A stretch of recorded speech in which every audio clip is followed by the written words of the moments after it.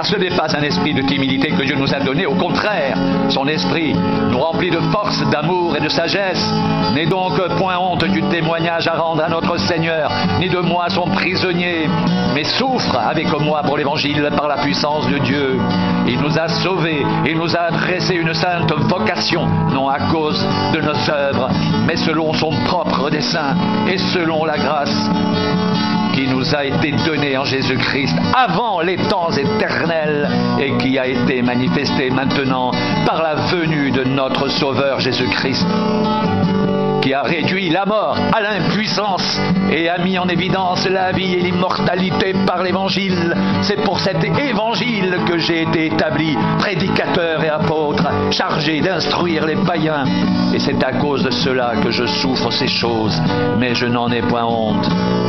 Car je sais en qui j'ai cru, et je suis persuadé qu'il a la puissance de garder mon dépôt jusqu'à ce jour-là. Retiens dans la foi et dans l'amour qu'est en Jésus-Christ le modèle des saines paroles que tu as reçues de moi. Garde le bon dépôt par le Saint-Esprit qui habite en nous.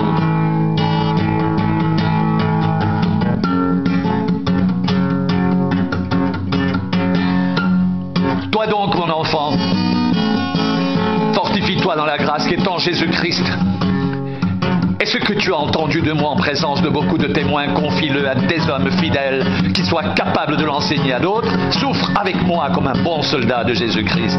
Il n'est pas de soldat qui s'embarrasse des affaires de la vie, s'il veut plaire à celui qui l'a enrôlé. Et l'athlète n'est pas couronné s'il n'a pas combattu suivant les règles. Le laboureur qui peine doit être le premier à recueillir les fruits. Comprends ce que je dis, car le Seigneur te donnera de l'intelligence en toutes choses.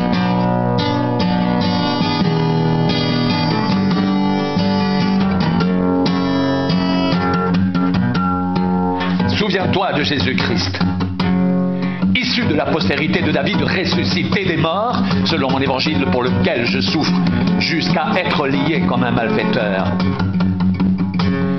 Mais la parole de Dieu n'est pas liée.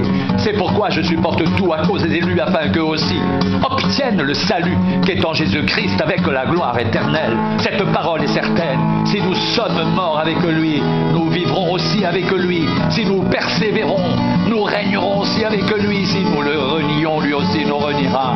Si nous sommes infidèles, il demeure fidèle, car il ne peut se renier lui-même. Rappelle ces choses en conjurant devant Dieu, qu'on évite les disputes de mots qui ne servent qu'à la ruine de ceux qui les écoutent. Efforce-toi de te présenter devant Dieu comme un homme éprouvé, un ouvrier qui n'a point à rougir, qui dispense droitement la parole de la vérité. Évite les discours vains et profanes, car ceux qui les tiennent avanceront toujours plus dans l'impiété et leur parole rongera comme la gangrène. De ce nombre sont Hyménée et Philette, qui se sont détournés de la vérité, disant que la résurrection est déjà arrivée et qui renverse la foi de quelques-uns. Néanmoins, le solide fondement posé par Dieu subsiste, avec ces paroles qui lui servent de sceau. Le Seigneur connaît ceux qui lui appartiennent. Et quiconque prononce le nom du Seigneur, qu'il s'éloigne de l'iniquité. Dans une grande maison, il n'y a pas seulement des vases d'or et d'argent, mais il y a aussi des vases de bois et de terre. Les uns sont des vases d'honneur et les autres sont d'un usage vil. Si donc quelqu'un se conserve pur en s'abstenant de ces choses, il sera un vase d'honneur sanctifié, utile à son maître, propre à toute bonne œuvre.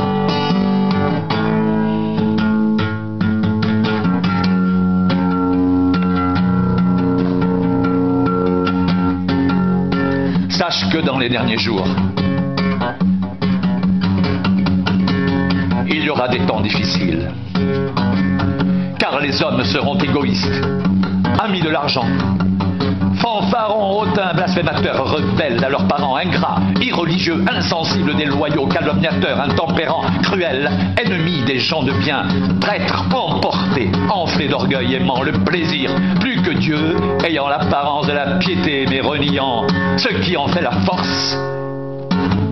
Éloigne-toi de ces hommes-là.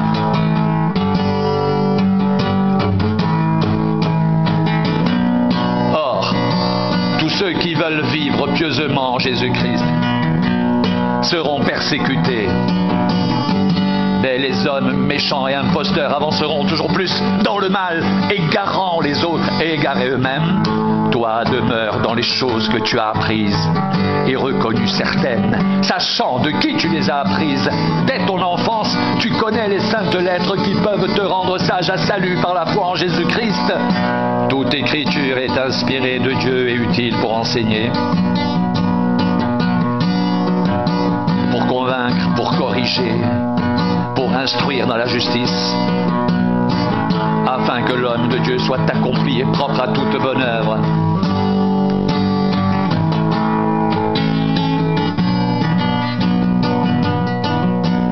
Pour moi, je sers déjà de libation et le moment de mon départ approche. J'ai combattu le bon combat, j'ai achevé la course, j'ai gardé la foi. Désormais, la couronne de justice m'est réservée. Le Seigneur, le juste juge, me la donnera dans ce jour-là. Et non seulement à moi, mais encore à tous ceux qui auront aimé son avènement.